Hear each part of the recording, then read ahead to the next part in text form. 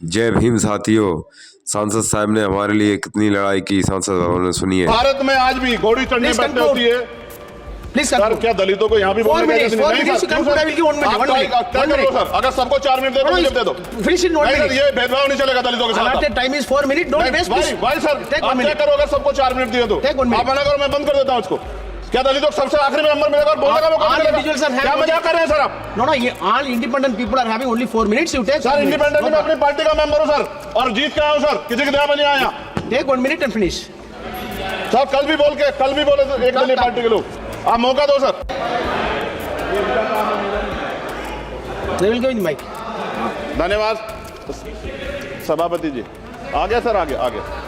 आज हम संविधान की गौरवशाली यात्रा पे बात करने के लिए चर्चा कर रहे हैं। कल से ये चर्चा चल रही है सर। मैंने बहुत सारे दोनों पक्ष के और जितने भी हमारे मेंबर हैं सुना सर, उनको बड़े बड़े नेता हैं सर। इसके भाग 1 में लिखा हुआ है India that is Bharat, Hindustan नहीं लिखा हुआ है सर। लेकिन सारे नेता संविधान पर चर्चा कर रहे हैं, लेकिन हिंदुस्तान ही कहेंगे, भारत कहने की हिम्मत नहीं जुटा पा रहे हैं। ये बड़ा सवाल है सर कि क्या संविधान के हिसाब से बात रखी जा रही है।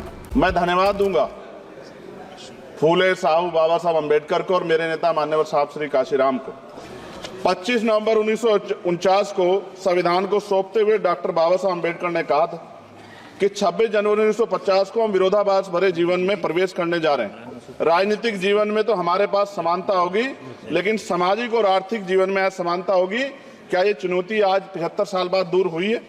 भारत ने 26 जनवरी 1950 को संविधान लागू होने के साथ खुद को एक संप्रभु लोकतांत्रिक और गणतांत्रिक राज्य होने का ऐलान किया। लेकिन सर, उस समय संविधान की स्थिति ये थी कि जैसे गांव का कोई आदमी, मैं 50 की बात कर रहा हूं, वो 50 साल पहले शहर में आ जाता और बड़े लोगों की महफिल में चला जाता, उस जहां वो खाना खा रहे हो, और वो टेबल पे नैपकिन को खा के जो है ये कहता कि ये तो फीका, क्योंकि वो जानता ही नहीं था, वो समझता नहीं था संविधान को। संविधान है क्या? संविधान उसके लिए महज दस्तावेज था।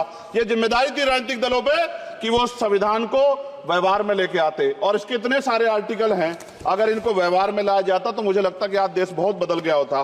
बाबा साहब ने कहा था कि लोकतंत्र भारतीय भूमि का केवल ऊपरी पोशाक है, उनके अनुसार यहाँ की संस्कृति अनिवार्य तौर पर लोकतांत्रिक है। भारत जैसे गरीब और गैर बराबरी वाले देश में संविधान के जरिए छुआछूत खत्म करना, वंचितों के लिए सकारात्मक उपाय करना, सभी वयस्कों के लिए मतदान का अधिकार देना और सबके लिए सम्मान अधिकार तय करना, ये बहुत बड़ी उपलब्धि थी सर। ये संविधान है कि आप वहां बैठे हैं और मैं यहाँ खड़ा होकर अपनी बात रख रहा हूं, और इस देश में आदिवासी महिला के तौर पे जो है राष्ट्रपति बनी है, और प्राइम मिनिस्टर तो नहीं बना, लेकिन शेड्यूल कास्ट के बड़े नेताओं को भी जो है राष्ट्रपति बनने का मौका मिला। इस संविधान की देन, अगर वोट हम पे नहीं होता तो शायद अमीर और जो राजा महाराजा खुद को मानते हैं हमारी गलियों तक नहीं आ पाते, हमारे हाल नहीं जान पाते। कितना बढ़ रहा है आर्टिकल 15 सर। भारत में आज भी घोड़ी चढ़ने बैठते होती है। प्लीज सर, क्या दलितों को यहाँ भी बोलने का सर, अगर सबको 4 मिनट दे दो, मुझे दे दो। Finish in 1 minute. ये भेदभाव नहीं चलेगा दलितों के साथ। Time is 4 minute, don't waste. भाई सर, आप क्या करो अगर सबको 4 मिनट दिए तो? आप मना करो, मैं बंद कर देता हूँ इसको। क्या दलितों को सबसे आखिरी में नंबर मिलेगा और बोलने का मौका मिलेगा? क्या मजाक कर रहे हैं सर आप? नो, ये all independent people are having only 4 minutes. You take sir, independent में अपनी पार्टी का मेंबर हूं सर, और जीत के आया हूं सर, किसी की दया में नहीं आया। Take 1 minute and finish.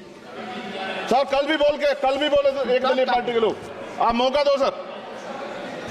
मूछे रखने पर हत्या होती है, महिलाओं पे, छोटे मासूम बच्चों पर रेप हिंसा होती है। एनसीआरबी का डाटा देकर डर लगेगा। यही 1 किलोमीटर में संविधान को जला गया, और महाराष्ट्र के परभनी में अभी भी संविधान को नष्ट किया गया। आजादी का मतलब सर सिर्फ अधिकार पाना बढ़ नहीं है, इसके लिए हमारे संविधान में सरकार और नागरिकों के अधिकारों के साथ साथ उनके कर्तव्यों का विस्तार से उल्लेख किया गया है। बाबा साहब ने संविधान सभा में दिए गए भाषण में कहा था कि स्वतंत्रता आनंद का विषय है, पर अब हमें अपनी जिम्मेदारियों पर भी ध्यान देना होगा। संविधान ने सुनिश्चित किया कि रानी के पेट से राजा जन्म नहीं लेगा, वोट से नेता तैयार होगा। आर्थिक बराबरी के लिए सरकार क्या कर रही है? गरीब और गरीब हो रहा है, अमीर और अमीर हो रहा है।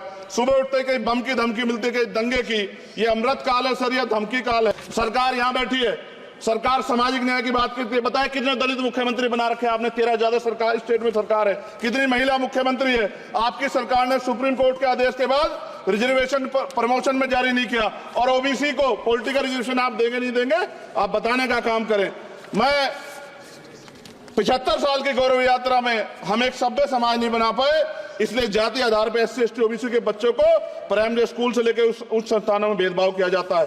सरकार निरंकुश हो गई, कोई बुलडोजर से कार्रवाई करता है। कल मंत्री जी ने कहा हमने राष्ट्रीय पिछड़ा वर्ग आयोग बनाया, 69 शिक्षक भर्ती में उसकी सिफारिशों को नहीं माना।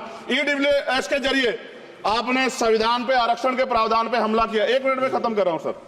संविधान सर न्यायपालिका में आर्टिकल 124 ये कहता है सर, ये अधिकार जो है Sunday sir, please conclude. Sir 1 minute में Please conclude. संविधान में न्यायाधीशों की नियुक्ति का अधिकार राष्ट्रपति के द्वारा होना चाहिए, अभी तक नहीं हो रही है।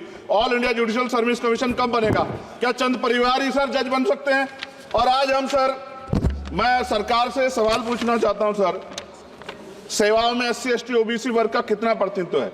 भारत सरकार के मंत्रालयों के अधीन PSU में, बैंकों, बीमा कंपनियों में और स्वशासी संस्थानों में आउटसोर्स तथा कॉन्ट्रैक्ट पर वर्तमान कार्यरत कर्मचारी कुल कितनी संख्या है?